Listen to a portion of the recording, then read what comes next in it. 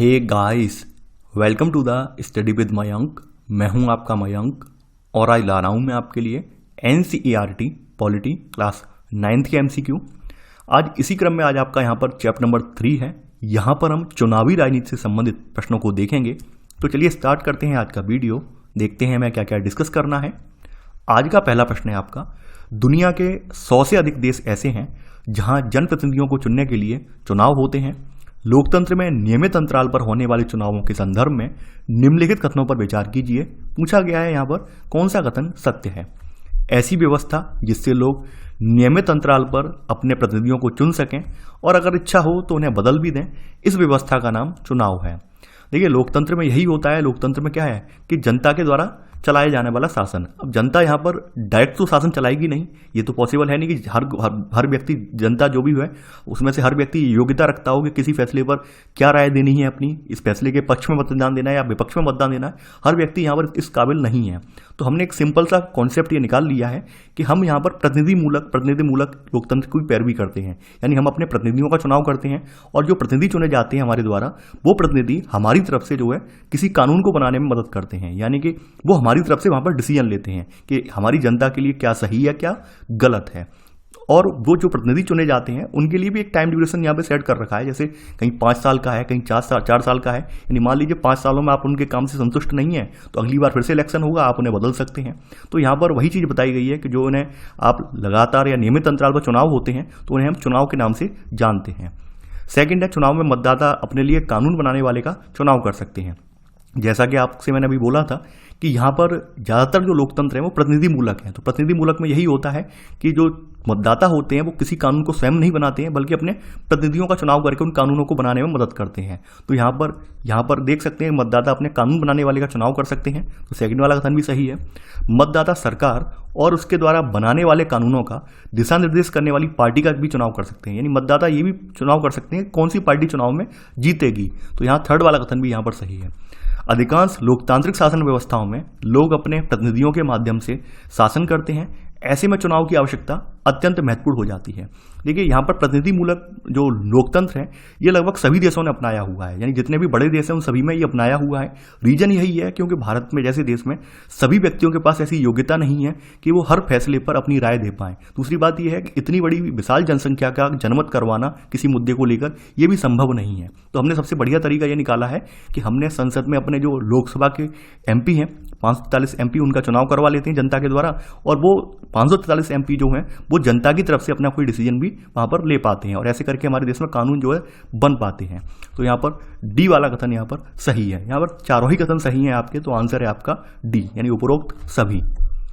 Question number second है, लोकतांत्रिक देशों में तो चुनाव होते ही हैं, यहाँ तक कि अधिकांश गैर लोकतांत्रिक देशों में किसी न किसी तरह के चुनाव होते हैं। ऐसे में चुनाव को लोकतांत्रिक मानने के क्या आधार हैं, इसके संदर्भ में निम्नलिखित कथनों पर विचार कीजिए। पूछा गया है यहाँ पर कौन सा कथन असत्य है।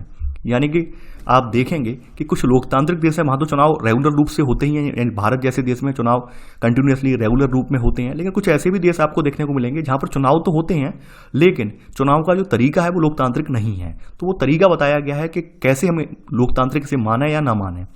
तो यहाँ पर पहली बात यहाँ बताई गई है कि हर किसी को मताधिकार हो, चाहे हर किसी के मत का समान मोल ना हो।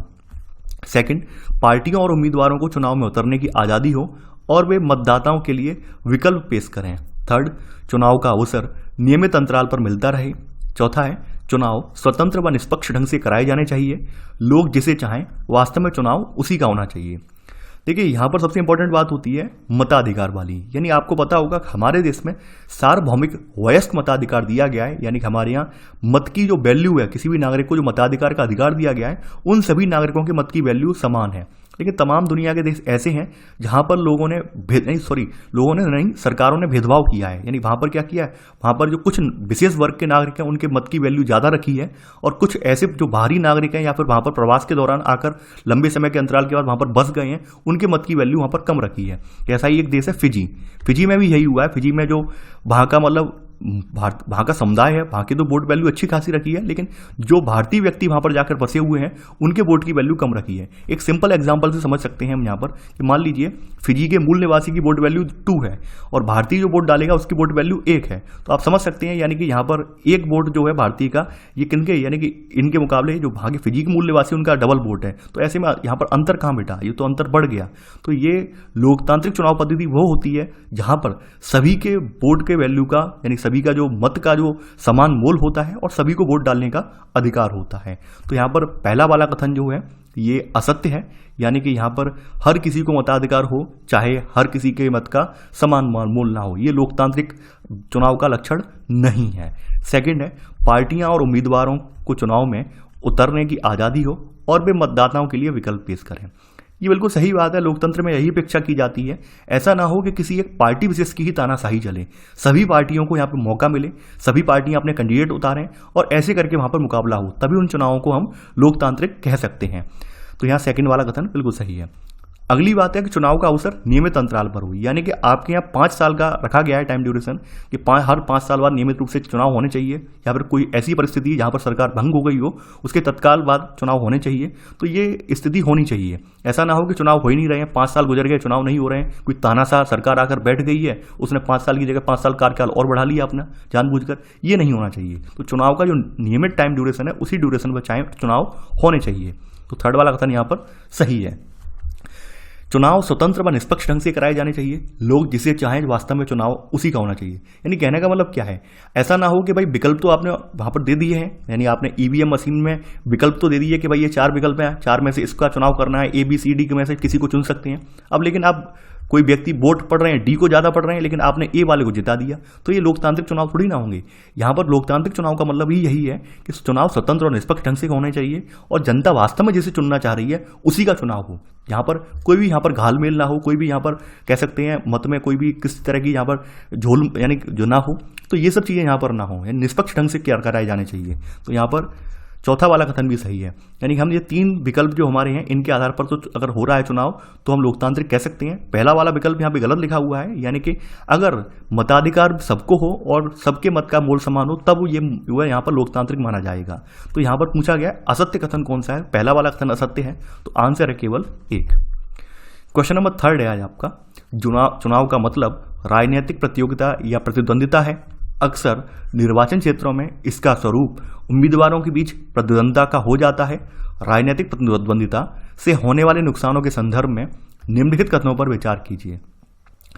यहाँ पे बताया गया है कि चुनाव का मतलब क्या होता है, राजनीतिक प्रतियोगिता या प्रतिद्वंदिता होता है, लेकिन कई बार हमें देखने को मिलता है कि राजनीतिक प्रतिद्वंदिता जो होती है ये उम्मीदवारों के बीच एक जंग का मैदान बन जाती है। यानी कि यहाँ पर जो चुनावी प्रतियोगिता है वो जंग का मैदान टाइप बन जाती है, यानी कि इसे पार्टी विशेष की पॉलिटिक्स ना लेकर आदमियों की पॉलिटिक्स ले लिया जाता है। अक्सर आप देखते होंगे ग्रामीण परिवेश वगैरह में जो इलेक्शन होते हैं प्रधानी सरपंच के या फिर विधायक लेवल के इलेक्शन होते हैं, तो वहाँ पर लोग दुश्मनी सी कर जाते हैं कि भाई हम खड़े हो गए, कोई हमारे अपोजिट में एक आदमी खड़ा हो गया तो दुश्मन मान लेते हैं, जबकि यहाँ पर दुश्मनी का कोई मतलब नहीं है। ये तो राजनीतिक प्रतियोगिता है, जिसे जनता चाहेगी उसे जनता चुनेगी, लेकिन ऐसा नहीं होता है। कई बार गोलीबारी, खून खराबा, ये सब चीज़ें हो जाती हैं।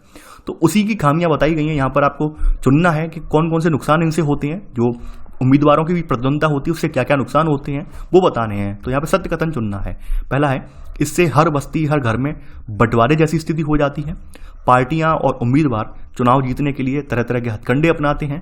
कई बार ऐसे प्रतिद्वंदितापूर्ण मुकाबले समाज में अराजकता और विभाजन का काम करते हैं। इसमें वोटों का ध्रुवीकरण जातिगत और धार्मिक आधार पर देखने को मिलता है। देखिए, जब उम्मीदवारों के बीच प्रतिद्वंदिता हो जाती है तो यहाँ पर एक कह सकते हैं एक कहते नहीं इज्जत का सवाल बन गया। तो जीतना ही जीतना है, कैसे भी जीतना है, साम दाम दंड भेद, ये नीति तो आप जानते होंगे कि कैसे भी जीतना है, हमें जीतना ही है।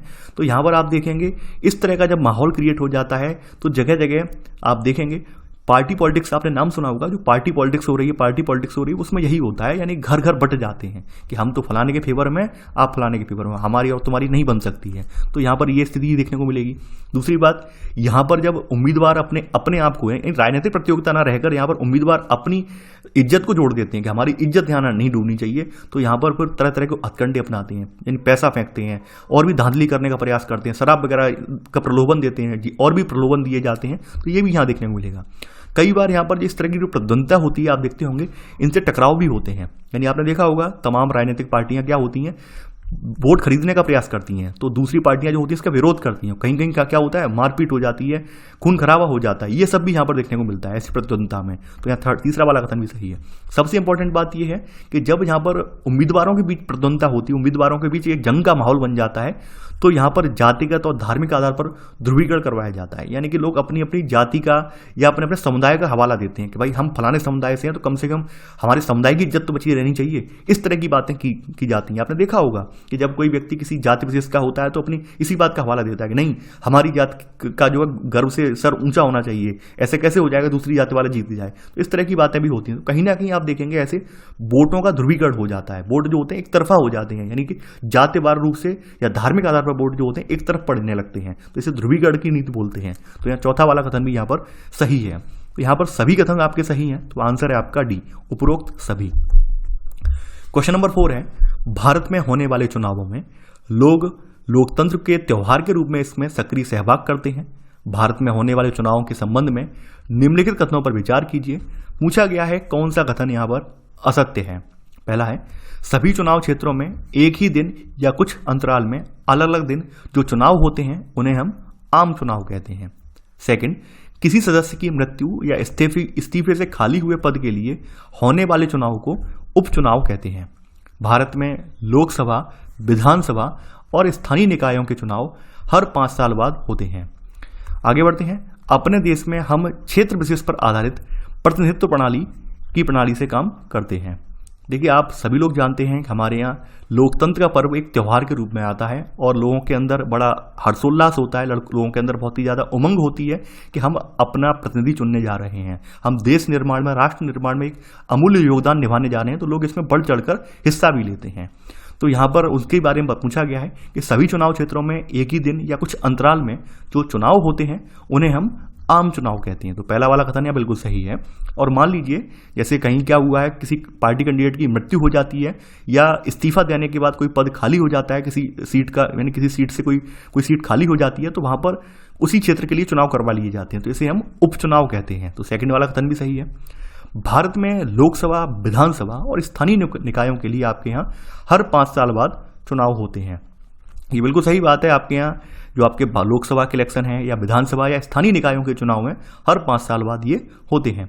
हमारे यहाँ बताया गया है अपने देश में हम क्षेत्र विशेष पर आधारित प्रतिनिधित्व की प्रणाली से काम करते हैं। यानी हमारे यहाँ क्या होता है, हर क्षेत्र से एक उम्मीदवार ले लिया जाता है। यानी कि हम मान के चलते हैं हर क्षेत्र से एक सीट जिसे हम सीट के रूप में जानते हैं। आपने सुना हुआ कॉन्सेप्ट सीट कि भाई एक सीट पर एक कैंडिडेट खड़ा हुआ है, तो यही क्षेत्रवार उम्मीदवार हमारे यहाँ ले लिए जाते हैं। यानी हर क्षेत्र से चुने गए प्रतिनिधियों को यहाँ पर हम ले लेते हैं। तो वही यहाँ पर चौथा वाला कथन सही है। यानी अपने देश में हम क्षेत्र विशेष पर आधारित प्रतिनिधित्व की एक प्रणाली से काम करते हैं।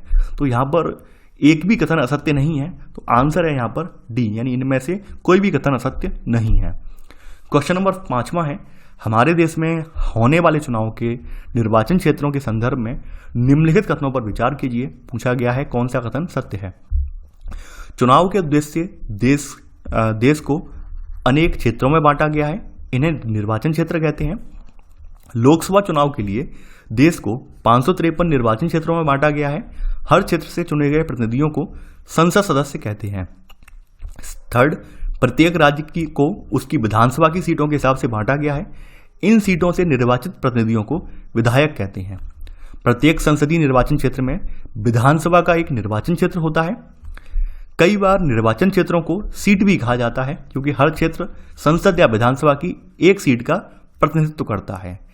देखिए, यहाँ पर जो पहला वाला कथन है कि चुनाव के उद्देश्य से हमने देश को जो है अनेक क्षेत्रों में बांट लिया है, बिल्कुल सही बात है। कि आप देखते होंगे कि हमने क्षेत्रों को डिवाइड कर लिया, जनसंख्या के अकॉर्डिंग क्षेत्रों का बंटवारा कर लिया है कि भाई यहाँ 10 लाख जनसंख्या पर एक प्रतिनिधि यहाँ पर खड़ा किया जाएगा। यहाँ पर जो भी जनसंख्या का रेशियो रखा गया हो वहाँ पर उस हिसाब से प्रतिनिधि खड़ा किया जाएगा। तो हमने देश को अनेक निर्वाचन क्षेत्रों में डिवाइड कर लिया है।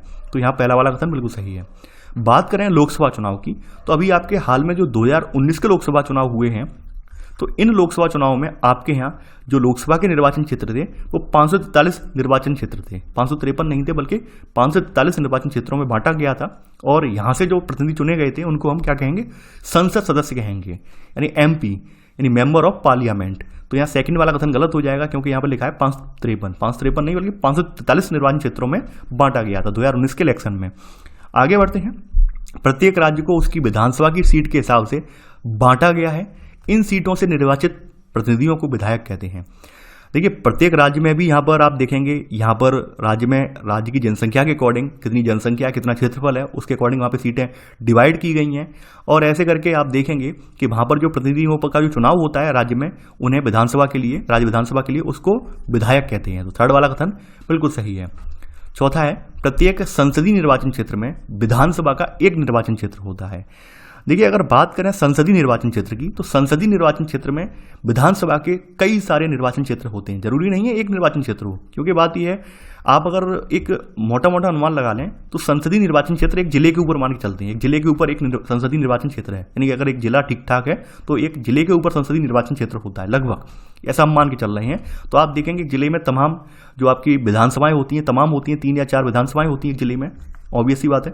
तो यहाँ पर यह कहना गलत हो जाएगा कि प्रत्येक संसदीय निर्वाचन क्षेत्र में विधानसभा का एक निर्वाचन क्षेत्र होता है। ये यहाँ पर कहना गलत हो जाएगा, यानी एक नहीं होता है बल्कि कई ज़्यादा होते हैं। प्रत्येक संसदीय निर्वाचन क्षेत्र में विधानसभा के कई निर्वाचन क्षेत्र आते हैं। आगे बढ़ते हैं।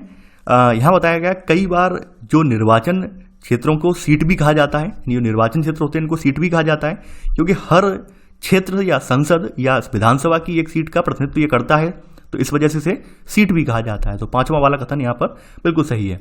इसी तरह से आपके जो पंचायत इलेक्शन होते हैं, आपने पंचायत इलेक्शन के बारे में, पंचायती राज आपने पढ़ा था, तो पंचायत इलेक्शन में आपने देखा होगा कि पंचायत को कई वार्डों में बांट लिया जाता है और वहाँ से छोटे छोटे निर्वाचन क्षेत्र बनाए जाते हैं। पंचायत में भी यही व्यवस्था है। तो यानी कि आप देखेंगे पैटर्न आपको यही देखने को मिलेगा।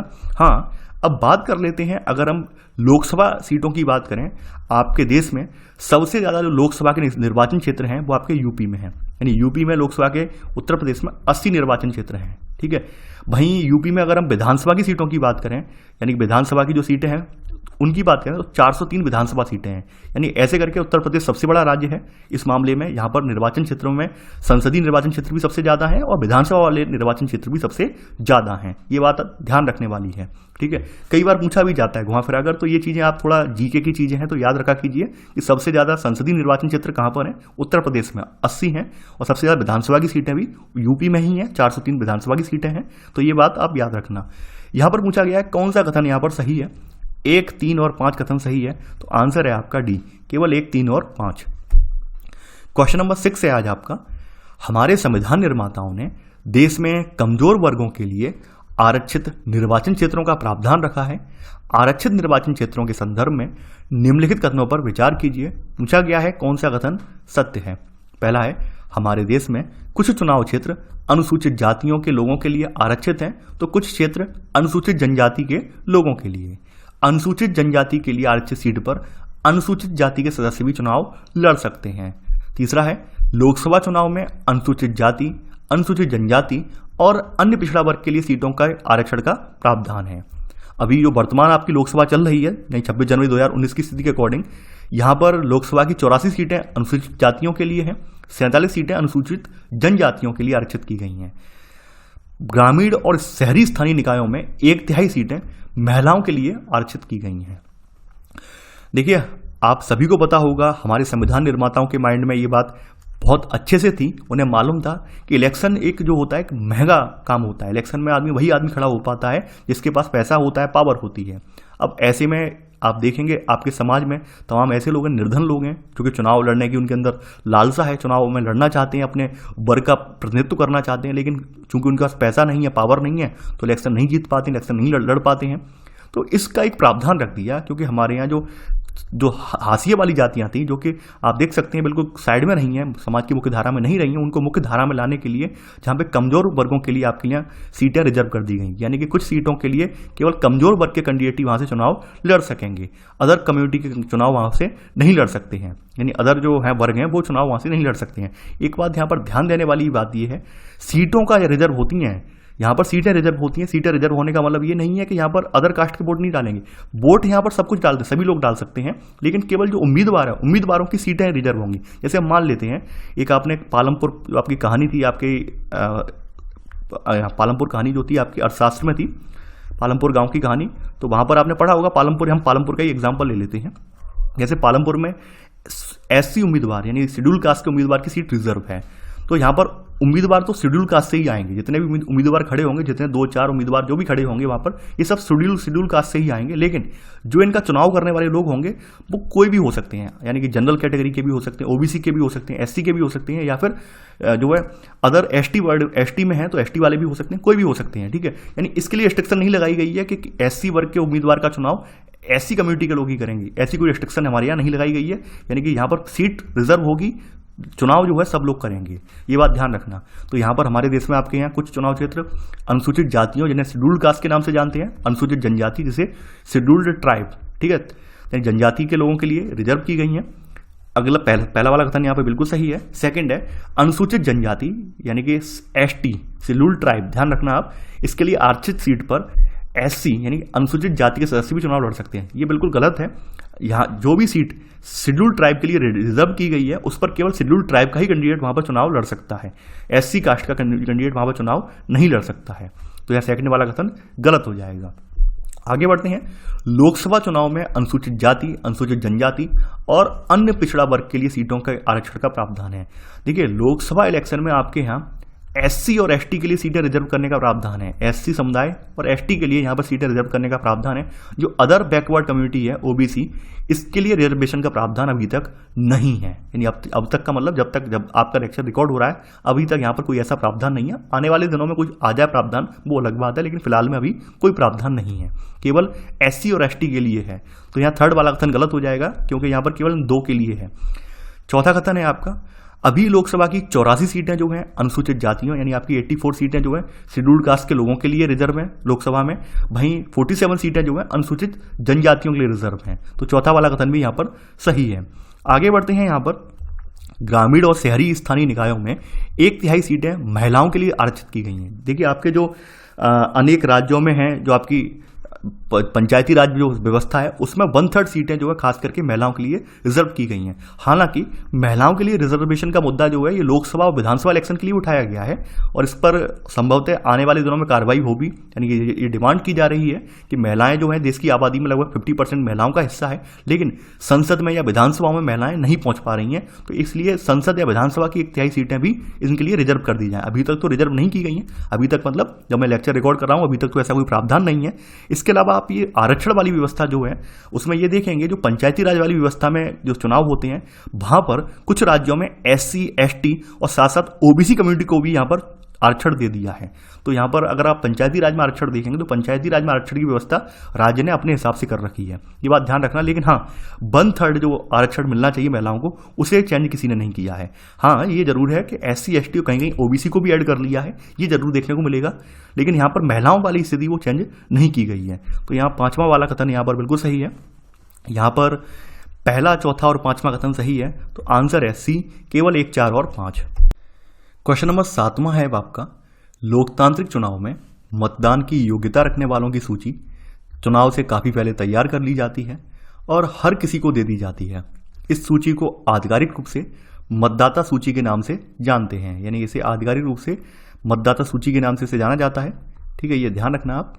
मतदाता सूची के संदर्भ में निम्नलिखित कथनों पर विचार कीजिए। पूछा गया है यहाँ पर कौन सा कथन असत्य है, यानी गलत कौन सा है। यहाँ पर पहला है, हर चुनाव से पूर्व मतदाता सूची को सुधारा या व्यवस्थित किया जाता है और 5 वर्ष में मतदाता सूची का पूर्ण नवीकरण किया जाता है। सेकंड, हमारे देश में 18 वर्ष और उसके ऊपर की उम्र के सभी नागरिक चुनाव में वोट डाल सकते हैं। थर्ड, अपराधियों और दिमागी असंतुलन वाले कुछ लोगों को वोट देने के अधिकार से वंचित किया जा सकता है, लेकिन ऐसा सिर्फ बेहद खास स्थितियों में ही होता है। देखिए, आप सभी को ये पता होगा कि हमारे यहाँ वोट डालने के लिए जो लोग होते हैं उनकी एक मतदाता सूची तैयार की जाती है और इसमें हर 5 साल में आप देखेंगे इसका पूर्ण रूप से नवीनीकरण होता है। नवीनीकरण क्यों होता है? रीजन ये है कि जो लोग 18 साल की उम्र क्रॉस करते हैं, पार करते हैं, उनके नए वोट बनाए जाते हैं। वहीं जिन लोगों की मृत्यु हो गई है या फिर कोई व्यक्ति प्रवास कर गया है, कि मान लीजिए यूपी में रहने वाला व्यक्ति है, अब यूपी से शिफ्ट होकर वो पहुंच गया है कहाँ पर, महाराष्ट्र में पहुंच गया है, तो ऑब्वियसली बात है यूपी में जहाँ पर रह रहा था वहाँ से इसका वोट कट जाएगा। तो ऐसे करके यहाँ पर आप देखेंगे कि मतदाता सूची में हर 5 वर्ष में एक पूर्ण रूप से नवीनीकरण होता है। यहाँ पर नए सदस्यों के नाम ऐड होते हैं और पुरानों के नाम कट जाते हैं। तो यहाँ पहला वाला कथन बिल्कुल सही है। यहाँ पर अगर हम बात करें हमारे देश में, तो हमारे देश में 18 वर्ष और उसके ऊपर उम्र की सभी नागरिक चुनाव में वोट डाल सकते हैं, यहाँ सेकंड वाला कथन बिल्कुल सही है कि हमारे यहाँ आपको पता होगा आज़ादी के बाद जब संविधान बनकर तैयार हुआ था तब हमारे यहाँ वोट डालने की उम्र कितनी थी, 21 साल रखी गई थी। 21 साल का व्यक्ति ही वोट डाल सकता था। लेकिन जब 61वां संविधान संशोधन जो हुआ है 1988 में, जो कि 1989 में लागू हुआ है, आप सभी को पता होगा, इसके जरिए जो है वोट डालने की उम्र 21 से घटाकर कितनी कर दी गई है, 18 साल कर दी गई है। ये बात आप ध्यान रखना। अगर आपसे कहीं घुमाकर ये पूछा जाए कि संविधान निर्माण के समय से ही हमारे यहाँ वोट डालने की उम्र 18 साल थी, तो वो गलत है। संविधान निर्माण के टाइम से नहीं थी। संविधान निर्माण के टाइम हमारे यहाँ वोट डालने की एज 21 साल रखी गई थी। लेकिन जब 61वां संविधान संशोधन अधिनियम 1988 में हो गया है, 1989 में लागू हुआ है, तब इसकी उम्र जो है यहाँ पर घटाकर 21 से 18 साल कर दी गई है।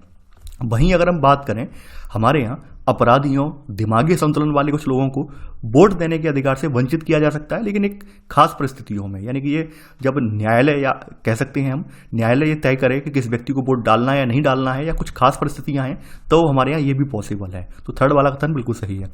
इसके अलावा आप सभी को पता होगा कि अनुच्छेद 325 आपका जो है आर्टिकल 325, इसमें आपकी जो मतदाता सूची है, इसमें किसी व्यक्ति का धर्म, मूल वंश, जाति या लिंग के आधार पर किसी व्यक्ति का नाम हम इसमें शामिल करने से रोक नहीं सकते हैं। अनुच्छेद 325 लिखना था, 26 लिख गया मैं, 325 के आधार पर। यानी कि हम यहाँ पर किसी व्यक्ति को उसके धर्म, लिंग या जाति के आधार पर मतदाता सूची में शामिल होने से नहीं रोक सकते हैं। यानी अगर वो पूरी अर्हता रखता है, पूरी यहाँ पर अर्हता अगर वो रखता है, जो चीज़ें उसे चाहिए हैं, वो सब चीज़ें हैं उसके पास, पूरे मानक हैं, तो हम उसे रोक नहीं सकते हैं। दूसरी बात ये है कि कोई व्यक्ति इसी आधार पर दावा भी नहीं कर सकता है कि मान लीजिए कोई व्यक्ति बाहरी व्यक्ति है और वो दावा करे कि नहीं, हमारा तो हमारे पास ये राशन कार्ड है, फलाना चीज़ें ये है, अब हमें मतदाता सूची में शामिल करो, ये भी नहीं हो सकता है। अगली बात यहाँ पर ये है कि आपका जो अनुच्छेद 326 है, आर्टिकल 326 है, इसमें लोकसभा और राज्य की विधानसभाओं के लिए निर्वाचनों का वयस्क मताधिकार के आधार पर होना यहाँ पर बताया गया है। तो ऐसे करके ये कुछ अनुच्छेद हैं जो मैंने आपको यहाँ पर बताए हैं। पूछा गया है यहाँ पर कौन सा कथन असत्य है। यहाँ पर कोई भी कथन असत्य नहीं है, तो इनमें से कोई कथन असत्य नहीं है, तो आंसर होगा आपका डी, यानी इनमें से कोई नहीं। आगे बढ़ते हैं, क्वेश्चन नंबर 8 है अब आपका, हमारी चुनाव प्रणाली में उम्मीदवारों की नामांकन प्रक्रिया के संदर्भ में निम्नलिखित कथनों पर विचार कीजिए। पूछा गया है कौन सा कथन सत्य है। लोकसभा एवं विधानसभा चुनाव में उम्मीदवार बनने के लिए न्यूनतम आयु 25 वर्ष होनी चाहिए। राजनीतिक दल अपने उम्मीदवार मनोनीत करते हैं जिन्हें पार्टी का चुनाव चिन्ह और समर्थन मिलता है। चुनाव लड़ने के लिए इच्छुक हर एक उम्मीदवार को एक नामांकन पत्र भरना पड़ता है और कुछ रकम जमानत के रूप में जमा करानी पड़ती है। चौथा है, उम्मीदवारों को एक घोषणा पत्र के जरिए अपने ऊपर चल रहे गंभीर आपराधिक मामलों, अपनी और अपने परिवार के सदस्यों की आय और संपत्तियों का ब्यौरा और अपनी शैक्षिक योग्यता की वैधानिक घोषणा करनी पड़ती है। देखिए, आप लोगों को जानकर हैरानी होगी, और शायद जो लोग जानते हो बहुत अच्छा है, हमारे यहाँ वोट डालने की उम्र कितनी है, 18 साल रखी गई है। वहीं लोकसभा और विधानसभा चुनाव में जो उम्मीदवारों के लिए न्यूनतम आयु जो है 25 वर्ष रखी गई है। वहीं राज्यसभा के लिए किसी उम्मीदवार की जो है आयु जो है 30 वर्ष रखी गई है। राज्यसभा में कोई व्यक्ति 30 साल की उम्र में वहाँ पर उम्मीदवार बन सकता है। वहीं अगर हम बात करें आपके जो पंचायती राज है, यहाँ पर स्थानीय जो निकायों के चुनाव होते हैं, उनके लिए आयु सीमा अलग अलग रखी गई है। किसी राज्य में 21 साल रखी गई है प्रधानी या सरपंची का इलेक्शन लड़ने के लिए, समझे, तो इसके लिए अलग अलग रखी गई है। बहरहाल आपकी लोकसभा विधानसभा इलेक्शन के लिए न्यूनतम आयु 25 वर्ष है। 25 साल से कम का कोई व्यक्ति यहाँ पर चुनाव नहीं लड़ सकता है। यानी कि यहाँ पर लोकसभा विधानसभा के इलेक्शन लड़ने के लिए न्यूनतम आयु 25 साल होनी ही चाहिए। तो पहला वाला कथन यहाँ पर बिल्कुल सही है। दूसरी बात यहाँ पर बताई गई, राजनीतिक दल अपने उम्मीदवार मनोनीत करते हैं जिन्हें पार्टी का चुनाव चिन्ह और समर्थन मिलता है। देखिए, आपने देखा होगा कुछ उम्मीदवार जो होते हैं किसी न किसी पार्टी की तरफ से मनोनीत किए जाते हैं, जैसे बीजेपी की तरफ से, कांग्रेस की तरफ से, बहुजन समाजवादी पार्टी की तरफ से या सपा पार्टी की तरफ से, किसी की तरफ से मनोनीत किए जाते हैं। तो क्या होता है, उन्हें पार्टी का सिंबल मिलता है, साथ ही साथ पार्टी की जो कार्यनीति होती है उसका समर्थन भी मिलता है। तो यहाँ सेकंड वाला कथन यहाँ पर बिल्कुल सही है।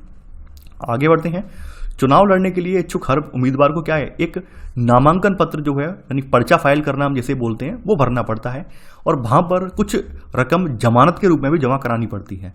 देखिए, ये जमानत क्यों रखी गई? जमानत इसलिए रखी गई, पहले क्या होता था, जब जमानत नहीं रखी गई थी तो तमाम लोग क्या होते थे, अपने इंटरेस्ट के लिए पर्चा भर देते थे कि भाई हम भी चुनाव में खड़े हो जा रहे हैं, और ऐसे करके कई 100 में संख्या पहुंचती थी। तो इस बात से निपटने के लिए चुनाव आयोग ने ये किया कि कुछ रकम यहाँ तय कर दी है कि आपको वो धनराशि जमा करवानी पड़ेगी, और अगर आपको जो वोट है, अगर उस उस यानी वोटों का भी परसेंटेज तय कर दिया। अगर इतने वोट अगर आपको नहीं मिल पाते हैं तो आपकी जमानत राशि है वो जब्त कर ली जाएगी, वो रिटर्न नहीं मिलेगी फंड, यानी कि वो आपको रिटर्न तभी मिलेगी जब आप एक जो दायरा तय कर दिया गया है, एक जो मानक तय कर दिया गया है, इस संख्या में अगर वोट आपको मिल जाते हैं इतने और इतने परसेंट वोट मिल जाते हैं तो आपकी जमानत जो है आपको वापस मिल जाएगी, और आपके वोट नहीं मिल पाते हैं वो जमानत कहाँ, सरकारी खाते में चली जाएगी। तो यहाँ पर ये इसलिए रखा गया प्रावधान ताकि लोगों को हतोत्साहित किया जाए जो कि केवल फालतू में चुनाव में अपना नामांकन कर देते हैं, तो उसके लिए यहाँ पर जमानत का प्रावधान रखा गया है।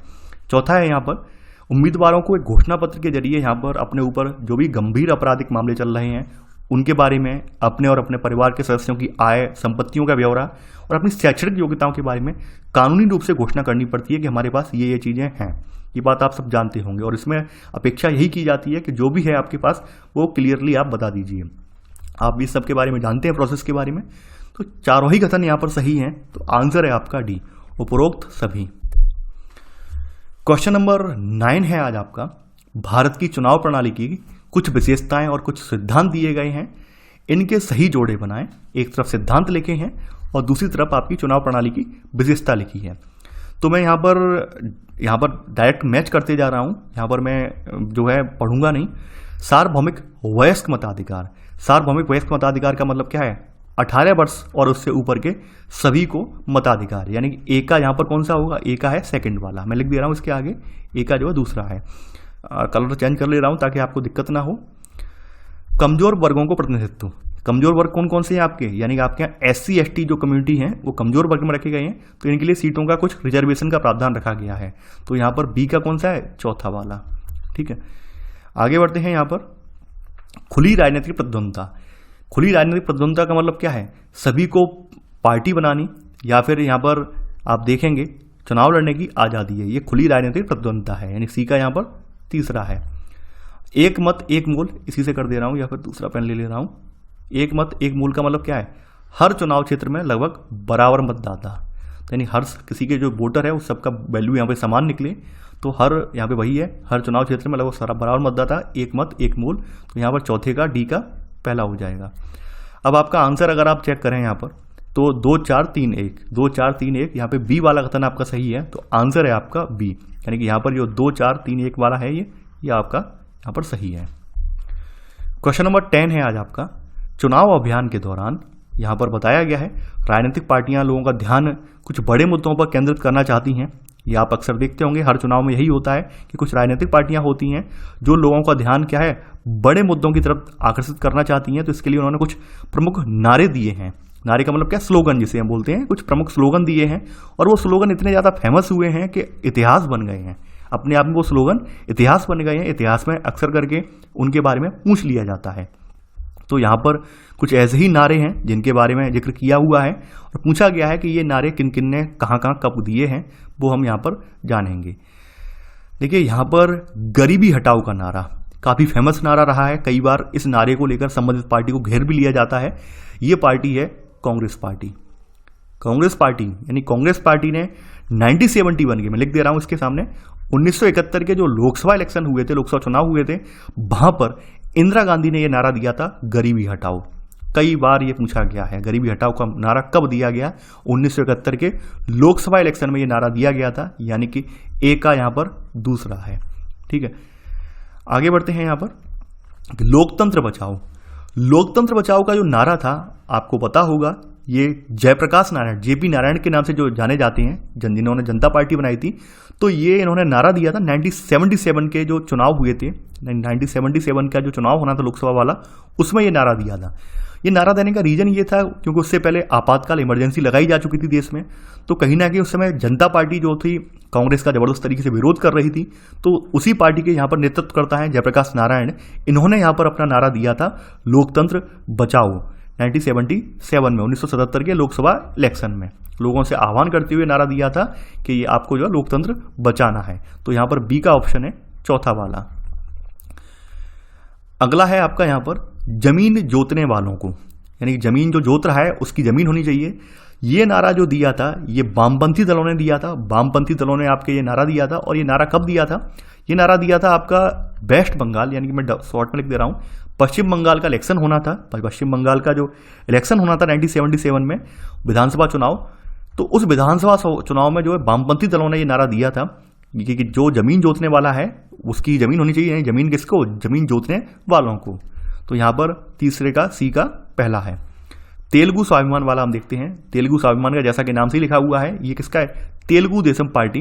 इन तेलुगु स्वाभिमान का जो नारा था 1983 में, 1983 में यहाँ पर जो विधानसभा चुनाव हुए थे, तो तेलुगु देशम पार्टी के नेता एनटी रामाराव के बारे में आपने पढ़ा होगा, जानते भी होंगे।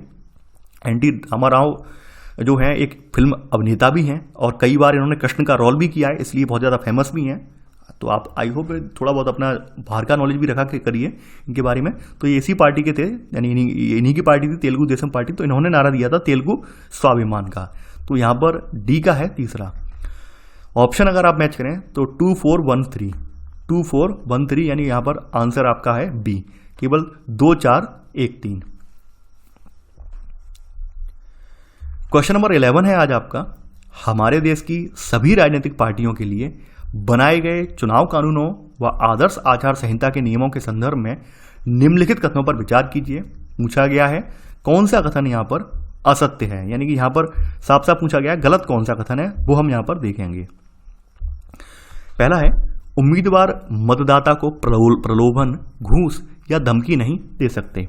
सेकंड, उम्मीदवार मतदाता से जाति या धर्म के नाम पर वोट मांग सकते हैं। थर्ड है चुनाव अभियान में सरकारी संसाधनों का या किसी धर्म स्थल का इस्तेमाल कर सकते हैं। चौथा है लोकसभा चुनाव में एक निर्वाचन क्षेत्र में 25 लाख या विधानसभा चुनाव में निर्वाचन क्षेत्र में जो है 20 लाख से अधिक ज़्यादा खर्च नहीं कर सकते। पांचवा है चुनाव की अधिघोषणा हो जाने के बाद मंत्री किसी बड़ी योजना का शिलान्यास, बड़े नीतिगत फैसले या लोगों को सुविधाएं देने वाले वायदे नहीं कर सकते। तो हम यहाँ पर 1 बाई 1 करके उठा के देखते हैं। देखिए सबसे इंपॉर्टेंट बात यहाँ पर पहला है कि जो चुनावी आचार संहिता के नियम है, कानून है, वो ये कहते हैं कि उम्मीदवार मतदाता को ना प्रलोभन देंगे, किसी तरह का लालच नहीं देंगे, कोई घूस नहीं देंगे, यानी कि वोट डालने के लिए ऐसे होता है 500-500 रुपये वोट, 1,000 रुपये वोट, इस तरह की घूस या फिर धमकी कि नहीं वोट नहीं डाला तो हम आपको जान से मार देंगे, छोड़ेंगे नहीं तो ये है वो है, इस तरह की बातें नहीं कर सकते हैं। तो पहला वाला कथन बिल्कुल सही है। सेकंड है उम्मीदवार मतदाता से जाति या धर्म के नाम पर वोट मांग सकते हैं, ये कथन बिल्कुल गलत है। यानी कि ये बिल्कुल खास करके मनाही की गई है चुनाव कानूनों में, आदर्श आचार संहिता में, कि कोई उम्मीदवार किसी भी जो है मतदाता से जाति या धर्म के आधार पर वोट नहीं मांगेगा। तो यहाँ पर सेकंड वाला कथन गलत हो जाएगा, क्योंकि यहाँ पर लिखा हुआ है मांग सकते, नहीं मांग सकते। तीसरी बात बताई गई है जो चुनाव अभियान होता है, चुनाव अभियान में सरकारी संसाधन है, सरकारी मशीनरी जो है, इसका इस्तेमाल, जैसे सरकारी वाहन हुआ, विमान या अधिकारियों का चुनाव में इस्तेमाल बिल्कुल नहीं हो सकता है। साथ ही साथ किसी धर्मस्थल का भी जहाँ पर इस्तेमाल नहीं कर सकते हैं आप चुनाव के दौरान। तो यहाँ पर वही है, यहाँ पर लिखा है चुनाव इस्तेमाल कर सकते हैं जबकि इस्तेमाल नहीं कर सकते हैं। तो तीसरा वाला कथन गलत हो जाएगा। लोकसभा चुनाव में आपके जो है एक खर्च करने की जो समय रखी गई है, सीमा रखी गई है, कितना आप चुनाव पे खर्च कर सकते हैं, ये 25 लाख रखा गया है। प्रत्येक उम्मीदवार यानी प्रति उम्मीदवार जो है अपना 25 लाख रुपए खर्च कर सकते हैं आप। वही विधानसभा चुनाव के लिए 10 लाख रुपए रखा गया है कि 10 लाख रुपए आप यहाँ पर खर्च कर सकते हैं चुनाव में, चुनाव प्रचार वगैरह में। तो यहाँ पर चौथा वाला कथन भी गलत हो जाएगा, क्योंकि यहाँ पे लोकसभा वाला तो सही लिखा गया है, लोकसभा चुनाव का 25 लाख है, लेकिन विधानसभा का जो है 10 लाख रखा गया है चुनाव कानूनों के अकॉर्डिंग और आचार संहिता के अकॉर्डिंग। चुनाव की अधिघोषणा हो जाने के बाद मंत्री किसी बड़ी योजना का शिलान्यास, बड़े नीतिगत फैसले या लोगों को सुविधाएं देने का वायदा नहीं कर सकते। ये बिल्कुल सही बात है। जो चुनावी आचार संहिता है या चुनावी कानून है, ये बात स्ट्रिक्टली कहते हैं कि कोई भी मंत्री कोई भी बड़ी विशाल परियोजना उस समय उसका शिलान्यास नहीं करेगा, कोई फैसला नहीं लेगा और ना ही कोई सुविधा देने वाला वादा करेगा। हालांकि यहाँ पर आपका ऑप्शन जो है वो बी वाला सही है, केवल 2, 3 और 4, लेकिन आप लोग सब अंदर से ये बात जानते होंगे, ये सब चीज़ें खूब होती हैं। ये सब चीज़ें इन चीज़ों के बल पर ही चुनाव जीते जाते हैं। ये बात आप अच्छे से जानते हैं, ये मुझे कहने की जरूरत नहीं है। आप पढ़ रहे होंगे ऑप्शन, तब भी आपको हंसी आ रही होगी अंदर से कि हम जो पढ़ते जा रहे हैं और वास्तव में इनका बिल्कुल उल्टा होता है। कोई भी उम्मीदवार जो सीमा तय की गई है पैसे खर्च करने की, 10 लाख रुपए तो मैं नॉर्मली बता रहा हूँ, जो आपके स्थानीय स्तर के इलेक्शन होते हैं, यानी जिसे हम प्रधानी ग्राम स्तर का इलेक्शन कहते हैं, उसमें इससे ज़्यादा खर्च कर देते हैं लोग। तो 10 लाख विधायक के चुनाव के लिए या फिर 25 लाख जो संसद के चुनाव के लिए कहाँ से हो जाएंगे, इसमें करोड़ों रुपए में खर्च होता है। तो ये सब कहने की बातें हैं। आप पढ़ रहे हैं, हम पढ़ा रहे हैं, अब देखते आप भी हैं, जानते आप भी हैं, समझते आप भी हैं। तो मेरा कहने का मतलब यही है कि कहा कुछ अलग जाता है और होता कुछ अलग है। यानी इतना ध्यान रखिए कि कहा कुछ अलग जाता है, होता कुछ अलग है, रियलिटी में कुछ अलग होता है। आपने ये खूब देखा होगा, हर पार्टी यही करती है। जब भी इलेक्शन आने वाले होते हैं, इलेक्शन के एंड टाइम पर तमाम परियोजनाओं का शिलान्यास किया जाता है, बड़ी बड़ी नीतिगत फैसले लिए जाते हैं, बड़े बड़े पैकेज दिए जाते हैं, खुलेआम दिए जाते हैं। ये सब आप बातें छुपी नहीं है और आप ये देखते होंगे, पूरी पॉलिटिक्स इसी तरह से चलती है। तो यहाँ पर ये तो है ही बात है। तो यहाँ पर बी वाला कथन आपका सही है। क्वेश्चन नंबर 12 है आपका, 12वां क्वेश्चन है, हमारे देश में चुनाव एक स्वतंत्र और बहुत ताकतवर चुनाव आयोग द्वारा करवाए जाते हैं। भारतीय चुनाव आयोग के संदर्भ में निम्नलिखित कथनों पर विचार कीजिए। पूछा गया है कौन सा कथन यहाँ पर सत्य है। पहला है, मुख्य निर्वाचन आयुक्त की नियुक्ति भारत के राष्ट्रपति करते हैं। एक बार नियुक्त हो जाने के बाद निर्वाचन आयुक्त राष्ट्रपति या सरकार के प्रति जवाबदेह रहता है। थर्ड है, इसे न्यायपालिका के समान ही आजादी प्राप्त है। चौथा है, निर्वाचन आयोग चुनाव की अधिसूचना जारी करके पूरी चुनावी प्रक्रिया के संचालन के हर पहलू, यहाँ पे बताया गया, यहाँ पे जो भी चुनाव होता है उसके हर पहलू पर यहाँ पर जो है निर्णय लेता है। पांचवा है, चुनावी ड्यूटी पर तैनात अधिकारी सरकार के नियंत्रण में होकर निर्वाचन आयोग के अधीन काम करते हैं। देखिए, बात करें अपने देश की, तो हमारे देश में सबसे इंपॉर्टेंट रोल ये रखा गया है, हमारे देश में एक संवैधानिक रूप से एक स्वायत्त संस्था बनाई गई है। आर्टिकल 324 में आपके यहाँ पर निर्वाचन आयोग का जिक्र किया गया है। अगर आपने पॉलिटी पढ़ी है अच्छे से तो आपको पता होगा, आपके अनुच्छेद 324 में 324 में एक स्वच्छ और स्वतंत्र निर्वाचन आयोग का जिक्र किया गया है। यानी संवैधानिक निकाय है और इसे स्वायत्त है, यानी किसी पर डिपेंड नहीं है ये। तो यहाँ पर जो आपका इसका मुख्य निर्वाचन आयुक्त होता है, इसकी नियुक्ति भारत के राष्ट्रपति करते हैं। तो पहला वाला कथन यहाँ बिल्कुल सही है। दूसरी बात, यहाँ पर एक बार नियुक्त हो जाने के बाद निर्वाचन आयुक्त राष्ट्रपति या सरकार के प्रति जवाबदेह रहता है। देखिए, ये बिल्कुल गलत है।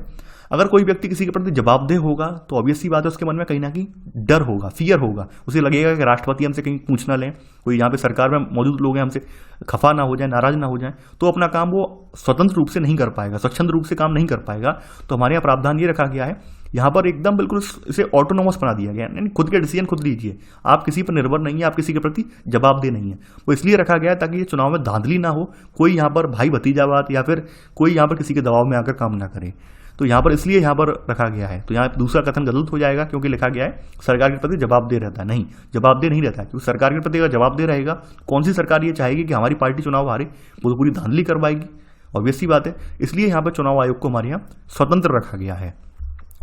चुनाव आयोग को यहाँ पर न्यायपालिका के समान ही आज़ादी प्राप्त है, यानी जो हमारे न्यायपालिका को आज़ादी प्राप्त है वही चुनाव आयोग को प्राप्त है। यानी इसके कामों, इसके कार्यों के लिए आप जो है अदालत में नहीं जा सकते हैं, अदालत का दरवाजा नहीं खटखटा सकते हैं। ये बात यहाँ पर साफ साफ लिखी गई है। अनुच्छेद 329 को आप अगर पढ़ेंगे, आर्टिकल 329 को आप पढ़ेंगे संविधान में, तो वो यही बताता है। ये सारे फैसले यहाँ पर यही करता है। कौन? निर्वाचन आयोग, मुख्य जो आपका जो चुनाव आयोग। चौथा है, निर्वाचन आयोग चुनाव की अधिसूचना जारी करके पूरी चुनावी प्रक्रिया के संचालन के हर पहलू पर निर्णय लेता है। यानी चुनाव करवाने की, कब चुनाव होंगे, पूरी अधिसूचना जारी करेगा, चुनावी प्रक्रिया, वोट डलवाने से लेकर वोट, यानी कि जो आपकी ईवीएम, सील ईवीएम कहाँ रखी जाएंगी, ईवीएम की जो मतगणना होनी है वो कहाँ होगी, कौन कौन से अधिकारी वहाँ पर संलग्न होंगे उसमें, पूरी यहाँ पर इसका जो काम है संचालन पूरा यही करता है, निर्वाचन आयोग करता है। पांचवा है, चुनावी ड्यूटी पर तैनात अधिकारी के सरकार के नियंत्रण में होकर निर्वाचन आयोग के अधीन काम करते हैं। देखिए, पांचवा कथन गलत हो जाएगा। जब कोई भी अधिकारी जो होता है वो चुनावी ड्यूटी में लगा होता है तो उसके ऊपर नियंत्रण सरकार का नहीं होता है, बल्कि चुनाव आयोग का होता है। चुनाव आयोग ही उसको जो है बर्खास्त, निलंबित करने के लिए या ट्रांसफर करने के लिए जिम्मेदार होता है। पूरी एक्शन जो है चुनाव आयोग ही लेता है, संबंधित सरकार नहीं लेती। अगर सरकारें एक्शन लेने लगेंगी तो ऑब्वियस सी बात है अधिकारी स्वतंत्र रूप से काम नहीं कर पाएगा। ये चुनाव के समय कोई अधिकारी अगर मान लीजिए भ्रष्टाचार में संलिप्त पाया जाता है तो चुनाव आयोग ही उस पर कार्रवाई करता है, बल्कि सरकार नहीं करती है, ध्यान रखना। और पूरी तरह से ये सरकार के नियंत्रण में नहीं रहता है, बल्कि निर्वाचन आयोग के ही अधीन रहकर काम करता है। यानी कि ये साफ साफ यहाँ पर जो है नियंत्रण में नहीं, बल्कि नियंत्रण में नहीं रहकर, नियंत्रण में न होकर यहाँ पर आएगा ये, ठीक है। नियंत्रण में ना होकर निर्वाचन आयोग के अधीन काम करता है। इसमें लिखा है नियंत्रण, सरकार के नियंत्रण में नहीं होता है ये, ठीक है। तो पांचवा कथन गलत हो जाएगा। पूछा गया है कौन कौन से कथन सही हैं। 1, 3 और 4 कथन सही है, तो आंसर है सी, केवल 1, 3 और 4। अब हम वही करेंगे जो आप लोगों की डिमांड थी। डिमांड ये थी कि सर हमारे जो एनसीईआरटी के आपका पीछे अभ्यास प्रश्न है उसको आप हल करवा दीजिए, उस प्रश्नावली को आप बता दीजिए क्या क्या उसका आंसर आएगा, कौन कौन से उत्तर सटीक होंगे। तो वही यहाँ पर हम अभ्यास प्रश्नों को देखेंगे। पहला प्रश्न आपका यहाँ पर है, चुनाव क्यों होते हैं, इस बारे में इनमें से कौन सा वाक्य ठीक नहीं है। पहला, चुनाव लोगों को सरकार के कामकाज का फैसला करने का अवसर देते हैं। बिल्कुल सही बात है। यानी चुनाव के जरिए लोग तय कर पाते हैं सरकार का कामकाज कैसा है, बेटर है या खराब है। मान लीजिए सरकार ने काम अच्छा नहीं किया है तो लोग 5 साल बाद उस सरकार को चेंज कर देते हैं, किसी दूसरे पार्टी को चुन लेते हैं। सेकंड है, लोग चुनाव में अपनी पसंद के उम्मीदवार का चुनाव करते हैं। यानी बिल्कुल सही बात है। चुनाव का मतलब ही क्या होता है? मतलब होता है अपनी पसंद के अकॉर्डिंग वोट डालना, और जिस उम्मीदवार के फेवर में ज़्यादा वोट पड़ते हैं वो विजयी हो जाता है। ये आपको पता होगा। चुनाव लोगों को न्यायपालिका के कामकाज का मूल्यांकन करने का अवसर देते हैं। देखिए, यहाँ पर न्यायपालिका एक अपने आप में स्वायत्त है, यानी ऑटोनोमस बॉडी है। न्यायपालिका के काम में इनकी उम्मीदवारों कोई हस्तक्षेप नहीं कर सकती हैं, क्योंकि यहाँ पर आपको पता होगा हमारे संविधान में शक्तियों का विभाजन किया गया है। तो यहाँ पर चुनाव के जरिए जो है न्यायपालिका की किसी तरह की गतिविधियों को आप बाधित नहीं कर सकते हैं, उसका मूल्यांकन नहीं कर सकते हैं। तो यहाँ पर सी वाला कथन यहाँ पर गलत है। चौथा है, लोग चुनाव से अपनी पसंद की नीतियां बना सकते हैं। ऑब्वियस सी बात है। लोग क्या करते हैं? अपने प्रतिनिधियों का चुनाव करते हैं, और प्रतिनिधि जो होते हैं वो जनता की तरफ से जाकर वहां पर कानून बनाते हैं, नीतियां बनाते हैं। तो ऐसे करके लोग चुनाव से अपनी पसंद की नीतियां बना सकते हैं। मान लीजिए जिस पार्टी का एजेंडा लोगों को पसंद है तो वही पार्टी चुन ली, और वो पार्टी चुनने के बाद अपनी जो कार्यनीतियां, अपनी घोषणा पत्र उसने किया था चुनाव से पहले, वो बाद में पूरा करवाती है। तो यहाँ पर ऐसे करके लोग चुनाव से अपनी पसंद की नीतियां भी बना सकते हैं। केवल तीसरा वाला ऑप्शन यहाँ पर गलत है। तो आंसर है यहाँ पर सी। क्वेश्चन नंबर सेकंड है, भारत के चुनाव लोकतांत्रिक हैं, यह बताने के लिए इनमें से कौन सा वाक्य सही कारण नहीं देता। यानी यहाँ पर पूछा गया है कि 4 वाक्यों में से कोई ऐसा कारण है जो ये नहीं देता है कि भारत के चुनाव लोकतांत्रिक हैं। भारत में दुनिया के सबसे ज़्यादा मतदाता हैं। देखिए, मतदाता होना ये बात नहीं कहता है कि मतदाता ज़्यादा होंगे तो चुनाव लोकतांत्रिक होंगे। ऐसे तो चाइना में भी मतदाता बहुत ज़्यादा हैं। भाई, चाइना तो पूरी दुनिया में जो है टॉप पर है पॉपुलेशन के मामले में, लेकिन चुनाव वहाँ के लोकतांत्रिक हैं नहीं है। तो मतदाता दुनिया में ज़्यादा होना ये डिपेंड नहीं करता है कि चुनाव लोकतांत्रिक हैं, ये डिपेंड बिल्कुल नहीं करता है। तो पहला वाला कथन असत्य है। भारत में चुनाव आयोग काफ़ी शक्तिशाली है, ये बिल्कुल सही बात है। हमारे संविधान निर्माताओं के माइंड में ये बात पहले से ही थी कि हमारे यहाँ स्वतंत्र और निष्पक्ष चुनाव के लिए एक मजबूत चुनाव आयोग होना चाहिए। तो हमारे यहाँ चुनाव आयोग का जो गठन किया गया है, जो चुनाव आयोग का प्रावधान रखा गया है, वो बहुत मजबूत तरीके से रखा गया है। उसमें हस्तक्षेप की गुंजाइश बिल्कुल भी नहीं है। तो भारत में चुनाव आयोग काफ़ी शक्तिशाली है। भारत में 18 वर्ष से अधिक उम्र का हर व्यक्ति मतदाता है। हम इसके बारे में पहले चर्चा कर चुके हैं। भारत में चुनाव हारने वाली पार्टियां जनादेश स्वीकार कर लेती हैं। ये हमारे यहाँ आपने पता होगा कि हमारे यहाँ सबसे इंपॉर्टेंट बात क्या होती है कि पार्टियां जनादेश स्वीकार करती हैं, यानी हार जीत आप स्वीकार करिए। कई बार आपने देखा होगा, कई बार जो है 50-50 वाली स्थिति हो जाती है। आपने देखा 50-50 कि दोनों को ही वोट बराबर मिले, यानी एक क्षेत्र में 1000 वोट पड़े हैं, यानी पूरी 1000 वोट पड़े हैं किसी क्षेत्र में, और 500 वोट एक पार्टी को मिले हैं, 500 वोट दूसरी पार्टी को मिले हैं। तो आपने देखा वो कई बार फिर क्या करते हैं, तरीका निकालते हैं, मतगणना स्थल पर सिक्का उछाला जाता है। जिसका सिक्के में वो हेड और टेल डिसाइड कर लेते हैं कि हेड हमारा टेल हमारा, और लोग एक्सेप्ट कर लेते हैं उसे, कोई दिक्कत भी नहीं होती है। यानी ये नहीं कहते हैं कि दोबारा चुनाव करवाएं, नहीं, वहां पर यही तरीका निकाला जाता है। कई बार क्या होता है, एक बराबर की स्थिति आ जाती है। कई बार आपने देखा होगा, ऐसा नहीं है देश में हर जगह आ जाता है, देश में आपने कहीं ना कहीं किसी जिले में किसी न किसी चुनाव में आपने सुना होगा, तो वहां पर यही तरीका निकाला जाता है। सिक्का उछालकर वो यही तय कर लेते हैं कि कौन यहाँ पर हारा है कौन जीता है, और लोग इस आधार पर अपने आप को पीछे भी हटा लेते हैं। उम्मीदवार बिल्कुल बहस कोई वहां पर कोई इसी तरह का हंगामा नहीं करते, जनादेश को स्वीकार करते हैं, और यही टेक्निक अपनाई जा रही है। तो यहाँ पर पहला वाला कथन जो असत्य हो जाएगा, BCD कथन सही है। तो आगे बढ़ते हैं। क्वेश्चन नंबर 3 है, निम्नलिखित में मेल ढूंढें। यहाँ पर आपका जो मिलान है, ये मिलान आपको यहाँ पर करना है। समय समय पर मतदाता सूची का नवीनीकरण आवश्यक है, ताकि क्यों आवश्यक है? क्योंकि संभव है कि कुछ लोग उस समय उस जगह से अलग चले गए हों जहां उन्होंने पिछले चुनाव में मतदान किया था। यानी कि आपका ए का यहां पर कौन सा होगा? चौथा वाला। कुछ निर्वाचन क्षेत्र अनुसूचित जाति और अनुसूचित जनजाति के लिए आरक्षित हैं, ताकि यहां पर इसका क्या है, समाज के हर तबके को, यानी समाज के हर तबके का समुचित प्रतिनिधित्व हो सके। तो यहां पर बी का यहां पर पहला वाला है। प्रत्येक को सिर्फ वोट डालने का हक है, ताकि क्या है, हर उम्मीदवार को चुनाव में हर एक का अपना प्रतिनिधि चुनने का समान अवसर मिले, हर एक को अपने समान प्रतिनिधि चुनने का अवसर मिले। तो यहाँ सी का होगा दूसरा वाला। सत्ताधारी दल को सरकारी वाहन के इस्तेमाल की अनुमति नहीं है। रीजन क्या है? मान लीजिए कोई व्यक्ति अगर सरकार में है तो वो कोशिश यही करेगा सरकारी मशीनरी का दुरुपयोग करे। यहाँ पे कमजोर जो उम्मीदवार हैं वो ऐसा नहीं कर पाएंगे, तो हर उम्मीदवार को चुनाव में लड़ने का समान अवसर मिले, इसलिए हमने क्या किया है, सत्ताधारी दल सरकारी वाहन का प्रयोग नहीं कर सकते हैं। तो यहाँ पर डी का तीसरा है। तो यहाँ 4, 1, 2, 3। क्वेश्चन नंबर 4 है, यहाँ पर बताया गया, यानी क्वेश्चन नंबर आपका जो 4 है उसमें कुछ चीजें हैं। बताई पूछी गई हैं। क्या हम इस अध्याय, यहाँ पर एक प्रश्न पूछा गया है, क्या हम इस अध्याय में दी गई सूचनाओं के आधार पर निम्नलिखित निष्कर्ष निकाल सकते हैं? इनमें से सभी पर अपनी राय के पक्ष में 2 तथ्य प्रस्तुत कीजिए। यहाँ पर आपको दो तथ्य प्रस्तुत करने हैं। पहला तथ्य यहाँ पर है, पहला जो है लाइन दी हुई है कि भारत के चुनाव आयोग को देश में स्वतंत्र और निष्पक्ष चुनाव करा सकने लायक पर्याप्त अधिकार नहीं है। ये बिल्कुल गलत है, यानी ये बात बिल्कुल गलत है। वास्तव में हमारे यहाँ का चुनाव आयोग भारत में स्वतंत्र और निष्पक्ष चुनाव कराने के लिए पर्याप्त रूप से शक्तिशाली है।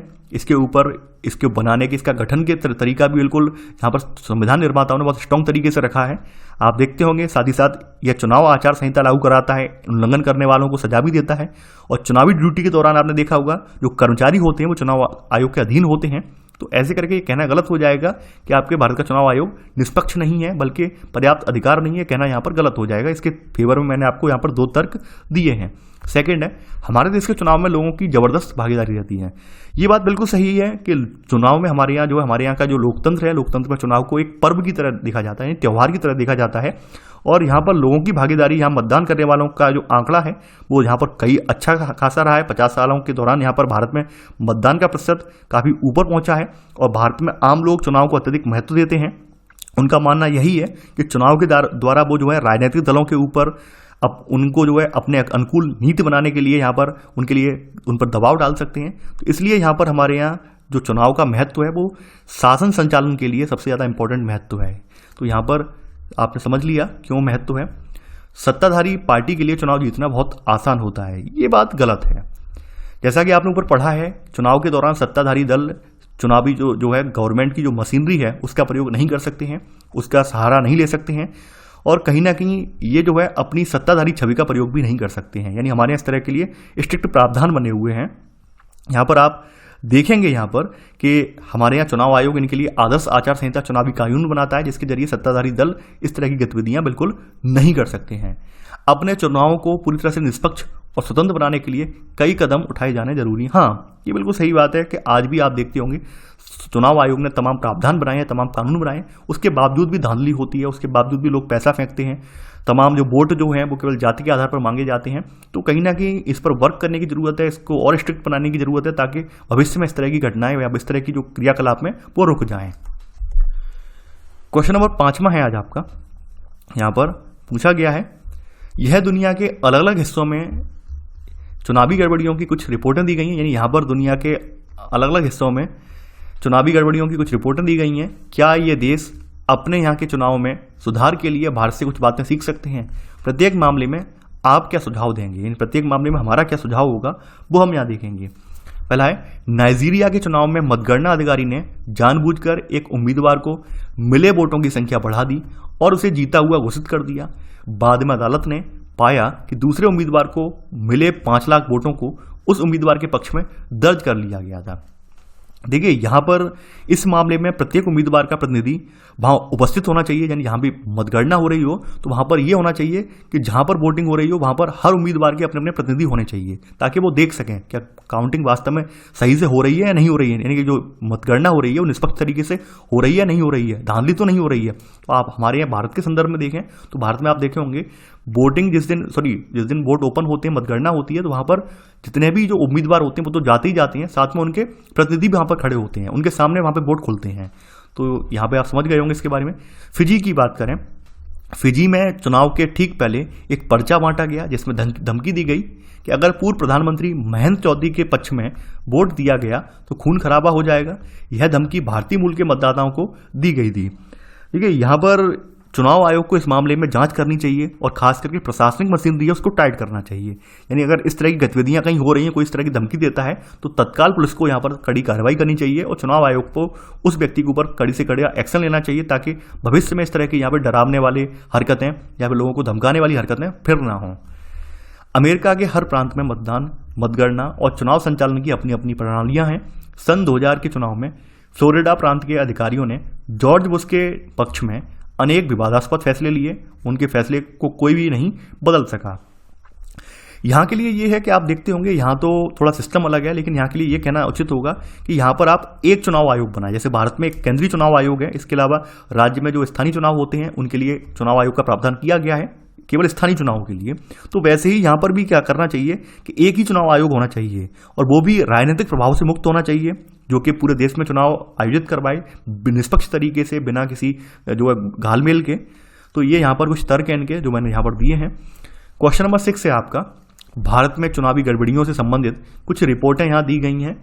प्रत्येक मामले में समस्या की पहचान कीजिए, इन्हें दूर करने के लिए क्या किया जा सकता है वो हम बताएंगे यहाँ पर।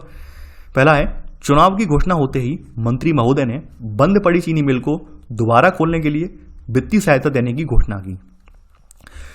देखिए यहाँ पर कहीं ना कहीं आप देखेंगे जो चीनी मिल को आर्थिक सहायता देने का जो वादा किया है मंत्री जी ने, तो ऐसे करके उन्होंने एक नीतिगत फैसला लिया है, नीतिगत फैसले की यहाँ पर घोषणा कर दी है। और चुनाव के नियमों के अकॉर्डिंग नीतिगत फैसले लेना बिल्कुल भी यहाँ पर जायज नहीं है, खास करके चुनाव के दौरान। चुनाव आयोग इसके लिए साफ साफ यहाँ पे जो है यहाँ पर कह सकते हैं पाबंदी लगाता है। लेकिन कोई भी मंत्री इस तरह के कार्य करता है तो यहाँ पर ये होना चाहिए, उसका नामांकन रद्द कर देना चाहिए। चुनाव आयोग को ये करना चाहिए, वो चुनाव लड़ने की उसे अनुमति बिल्कुल ना दें। तो ऐसे करके कहीं ना कहीं सबक सीखेंगे। अगला है, विपक्षी दलों का आरोप था कि दूरदर्शन और आकाशवाणी पर उनके बयानों और चुनाव अभियान को उचित जगह नहीं मिली। देखिए यहाँ पर कई बार यहाँ पर आप देखेंगे यही अपेक्षा की जाती है किसी इंटरव्यू को, किसी पार्टी के कवरेज को सभी मीडिया चैनल जो है सबको दिखाएं। ऐसा नहीं है कि केवल आप बीजेपी का आप दिखा दे रहे हैं कवरेज, कांग्रेस का नहीं दिखा रहे हैं, आप सबका कवरेज दिखाएं। क्योंकि आप नेशनल मीडिया हैं, राष्ट्रीय मीडिया है, तो राष्ट्रीय मीडिया से यहाँ पर अपेक्षा यही की जाती है कि आप सभी पार्टियों के अपने अपने एजेंडे, उनकी कार्यसूची, उनकी जो भी बयानबाजी, भाषण है, वो सब कुछ आप दिखाएं टीवी पर, ताकि जनता उनसे कंपेयर कर पाए कि कौन क्या कह रहा है, किसकी जो एजेंडे में क्या रखा है, किसने अपना मैनिफेस्टो जो जारी किया उसमें क्या क्या नीतियां रखी हैं, वो लोग भी जान पाए। तो ये यही अपेक्षा की जाती है इनसे। तो कहीं ना कहीं यहाँ पर राष्ट्रीय जो है विपक्ष को राष्ट्रीय मीडिया में पर्याप्त समय भी मिलना चाहिए, ये होना चाहिए यहाँ पर। आगे है, चुनाव आयोग की जांच में एक राज्य की मतदाता सूची में 20 लाख फर्जी मतदाताओं के नाम मिले। यहाँ पर मतदाता सूची का मतलब क्या है? मतदाता सूची में 20 लाख फर्जी लोग होने का मतलब क्या है? जो वोट बनाने वाले व्यक्ति थे, यानी कहने का मतलब अधिकारी जिन्होंने ये चुनावी की जो है आपकी मतदाता सूची तैयार की है, वोटर लिस्ट तैयार की है, वो कहीं ना कहीं उन्होंने जहाँ पर घपला किया है, उन्होंने कहीं ना कहीं यहाँ पर जो है फ्रॉड किया है और कहीं ना कहीं उन पर कड़ी कार्रवाई करनी चाहिए। तो ये कार्रवाई कौन करेगा? चुनाव आयोग करेगा। चुनाव आयोग जिन लोगों ने, चुनाव आयोग इन आदमियों को ट्रेस करेगा जिन लोगों ने ये सूचियां तैयार की हैं, और उन पर कड़ी कार्रवाई इसे करनी चाहिए। एक राजनीतिक दल के गुंडे बंदूकों के साथ घूम रहे थे, दूसरी पार्टियों के लोगों को मतदान में भाग लेने से रोक रहे थे और दूसरी पार्टी की चुनाव सभाओं पर हमले कर रहे थे। यहां पर आप देख सकते हैं कि ऐसे व्यक्तियों को या ऐसे जो गुंडागर्दी जो कर रहे हैं, इनको चुनाव आयोग को यह करना चाहिए, इनको तत्काल गिरफ्तार करने का आदेश देना चाहिए और उस दल को चुनाव से बर्खास्त भी कर देना चाहिए जिस दल के समर्थन में ये गुंडे जो है आगे आ रहे हैं, जिस दल के समर्थन में ये गुंडे समाज में जो है अस्त व्यस्तता फैला रहे हैं, तो उस दल के चुनाव के नामांकन को रद्द कर देना चाहिए। तो इस तरह की गतिविधियां की जाएं तो कहीं ना कहीं चुनाव में आप देखेंगे धांधली रुक जाएगी। क्वेश्चन नंबर 7 यहां पर आप देखेंगे, काफी अच्छा क्वेश्चन है। यहां पर जब यह अध्याय पढ़ा जा रहा था तो रमेश कक्षा में नहीं आ पाया था। अगले दिन कक्षा में आने के बाद उसने अपने पिताजी से सुनी बातों को दोहराया। क्या आप रमेश को बता सकते हैं कि उसके इन बयानों में क्या गड़बड़ी है? यानी कि उसके इन बयानों में क्या गड़बड़ी है? औरतें उसी तरह वोट देती हैं जैसा पुरुष उनसे कहते हैं, इसलिए उनको मताधिकार देने का कोई मतलब नहीं है। देखिए आप सभी को पता होगा ये बात, कहीं ना कहीं ये बात भारत में बहुत सारे लोग कहते हैं, मैंने भी सुनी है, आपने भी सुनी होगी कि भाई औरतों को वोट देने का अधिकार क्यों दिया गया? वो तो अपने पति के कहने पे चलती हैं, अपने फैमिली के कहने पे चलती हैं। हालांकि आपको एक बात, जो लोग अगर चुनाव प्रक्रिया में भाग ले चुके हैं, जैसे मैंने तो काफ़ी बार लिया है, आपने भी वोट डाला हो तो आपने देखा होगा, जब हम चुनाव में वोट डालने जाते हैं तो वहाँ पर जो वोट डालने का जो स्थान होता है वो गुप्त स्थान होता है, वहाँ पर कोई व्यक्ति देख नहीं सकता है। यहाँ तक कि वो जो अधिकारी बैठा है, जो आपको आगे प्रोसीड करता है, आगे आपको भेजता है आपके वोटर ID कार्ड के आधार पर या आपकी पहचान के आधार पर, वो भी नहीं देख सकता है। यानी यहाँ पर आपके पास विकल्प होता है कि आप अपने पसंद का उम्मीदवार चुन सकते हैं। अब घर में आके कुछ भी बोल दो, घर में आके झूठ बोल दो, तो क्या वहाँ पर कोई वो स्लिप थोड़ी ना मिली, किसी की रिटर्न स्लिप मिली हो कि हाँ भाई हमने इसी के फेवर में वोट डाला है, आप कुछ भी कह सकते हो। तो यहाँ ये कहना बिल्कुल गलत हो जाएगा कि महिलाएं जो है पुरुष के दबाव में वोट डालती हैं। नहीं, महिलाओं को वहाँ पर गुप्त मतदान होता है। ऐसा नहीं है कि वहाँ पुरुष बगल में खड़े होते हो, बताते हो कि इसी पर उंगली दबानी, इसी को बटन को दबाना, ऐसा कुछ भी नहीं है। महिलाएं अपनी मर्जी से वहाँ पर वोट डाल सकती हैं। पार्टी पॉलिटिक्स से समाज में तनाव पैदा होता है। यहाँ पर आप, ये बात बिल्कुल सही बात है कि दलगत राजनीति जो है समाज में तनाव का कारण बनती है, लेकिन यहाँ पर यह भी कहना गलत है यहाँ पर कहा गया है ये अगले वाले कथन में कि चुनाव में सबकी सहमति वाला फैसला होना चाहिए, प्रतिद्वंद्विता नहीं होनी चाहिए। देखिए ये यहाँ पर कहीं ना कहीं गलत है। सहमति वाला फैसला अगर होगा तो कई बार ये होगी सहमति वाले लोग एक जैसे भी हो सकते हैं और एक जैसे होने की वजह से कहीं ना कहीं राजनीतिक प्रतिद्वंद्विता जो है वो खराब भी हो सकती है। यानी कई बार क्या होगा, ईमानदार लोग रह जाएंगे, यानी लोग किसी एक ही बात से अगर देखें, एक ही बात से अगर लोगों का माइंडसेट बना हुआ है तो कहीं ना कहीं यहाँ पर राजनीति में परिवर्तन भी नहीं आएगा, नए लोग भी नहीं आ पाएंगे। तो ये नहीं होना चाहिए। यानी यहाँ लिखा है सहमति वाला फैसला नहीं होना चाहिए बल्कि प्रतिद्वंद्विता होनी चाहिए, लेकिन राजनीतिक प्रतिद्वंद्विता रहे, उम्मीदवारों की प्रतिद्वंद्विता न होने पाए। सिर्फ स्नातकों को ही चुनाव लड़ने की इजाजत होनी चाहिए। देखिए ये बात हकीकत है। समाज को देखते हुए, वर्तमान समाज या वर्तमान आपका जो 21वीं सदी है इसको देखते हुए, यानी हमारी आज की शिक्षा या इन क्षेत्रों को देखते हुए ये बात अर्हता लागू की जानी चाहिए कि चुनाव लड़ने के लिए कम से कम एक अर्हता होनी चाहिए, यानी आपके पास कुछ ना कुछ तो होना चाहिए। कई बार तो ये देखा गया है कि अंगूठा वाले जो व्यक्ति थे, अब तो खैर रुक गए हैं, पहले के समय में आज से 20 साल पहले आप देखेंगे जो अंगूठा लगाते थे वो भी चुनाव लड़ते थे। उन्हें आता जाता कुछ नहीं था लेकिन पूरा रौब पूरा झाड़ते थे। तो ऐसे व्यक्तियों को कहीं ना कहीं रोकना चाहिए, क्योंकि समाज जो है आज आगे बढ़ रहा है और आगे बढ़ते समाज में अगर कोई ऐसा व्यक्ति आ रहा है जिसे समाज की कार्यशैली के बारे में नहीं पता है, संविधान के बारे में नहीं पता है, संविधान के नियमों के बारे में नहीं पता है, तो वो क्या देश चलाएगा, क्या शासन चलाएगा, क्या वो कैसा योगदान देगा अपना, नहीं दे पाएगा। तो अब ये सी बात है, इन लोगों को रोकना चाहिए। मेरा मानना यहाँ पर यही है कि यहाँ पर कुछ ना कुछ करना चाहिए। और आप देखते होंगे कि ये बात किया भी गया है कुछ राज्यों में, जैसे प्रधानी या सरपंची के इलेक्शन के लिए कुछ जो है यहाँ पर राज्यों में, राजस्थान में क्या 5वीं की मांगा गया, 5वां पास होना चाहिए। यानी आप अगर सरपंच का चुनाव लड़ना चाहते हैं तो कम से कम 5वीं पास की आपके पास योग्यता होनी चाहिए, तभी आप चुनाव लड़ पाएंगे। तो इस तरह के कुछ रखने चाहिए प्रावधान, ताकि लोगों को हतोत्साहित किया जाए, ताकि लोग जो है, समाज जो है वो कहीं ना कहीं इनसे दूषित ना होने पाए। ऐसे करके आपका चैप्टर एंड होने वाला है। यहाँ पर राष्ट्रीय मतदाता दिवस के बारे में बताया गया है। हर साल आपका जो है 25 जनवरी को राष्ट्रीय मतदाता दिवस के रूप में मनाया जाता है। ये बात आप ध्यान रखना, आपके यहाँ 25 जनवरी को राष्ट्रीय मतदाता दिवस के रूप में मनाया जाता है और ये मतदाता दिवस की शपथ है जो आपकी किताब में दी हुई थी। ऐसे करके आपका चैप्टर एंड हो जा रहा है। आई होप आपको चैप्टर पसंद आया होगा। आप लोग वीडियो को लाइक शेयर करना बिल्कुल ना भूलें। और हाँ, आप लोगों में से जो आपके कमेंट थे, मुझे कमेंट जो इकोनॉमी के संदर्भ में मिले थे, रमेश सिंह की जो इकोनॉमी स्टार्ट करने जा रहे हैं उसके संदर्भ में मिले थे, उसके बारे में कुछ बातें मैं बता दूं। आपकी जो रमेश सिंह की इकोनॉमी जो आएगी वो नोट्स के फॉर्म में आएगी। वो पूरा चैप्टर जैसे हमने लक्ष्मीकांत पे चलाया था चैप्टर, उस तरह से नहीं आएगी, नोट्स के फॉर्म में आएगी। रीजन ये है, देखिए कभी भी जब कोई संस्था आगे बढ़ती है, जैसे चैनल था, चैनल अब आगे बढ़ रहा है, चैनल लाखों में पहुंचेगा, 10 लाख 15 लाख, यानी आगे बढ़ता चला जाएगा। कोई भी बड़ी संस्था ये कोशिश यही करती है किसी भी का भी कंटेंट कॉपी ना किया जाए, क्योंकि अगर किसी का कंटेंट हम लेंगे, मान लीजिए बुक का कंटेंट अगर हम यहाँ पर रखेंगे एडिट, तो ऑब्वियस सी बात है पब्लिकेशन वाले हम पर कॉपीराइट ठोक देंगे, तो हम नहीं ले सकते हैं, गलत है ये लेना बिल्कुल गलत है। तो कोशिश यही करेंगे हम वहाँ पर, हम बुक का कोई भी कंटेंट वहाँ पर मतलब बुक से मतलब पूरी एडिटेड बुक नहीं लेंगे। हालांकि बुक में जितनी भी हेडिंग है, हेडिंग हम सारी कवर करवाएंगे, तो आप लोग परेशान बिल्कुल ना हो।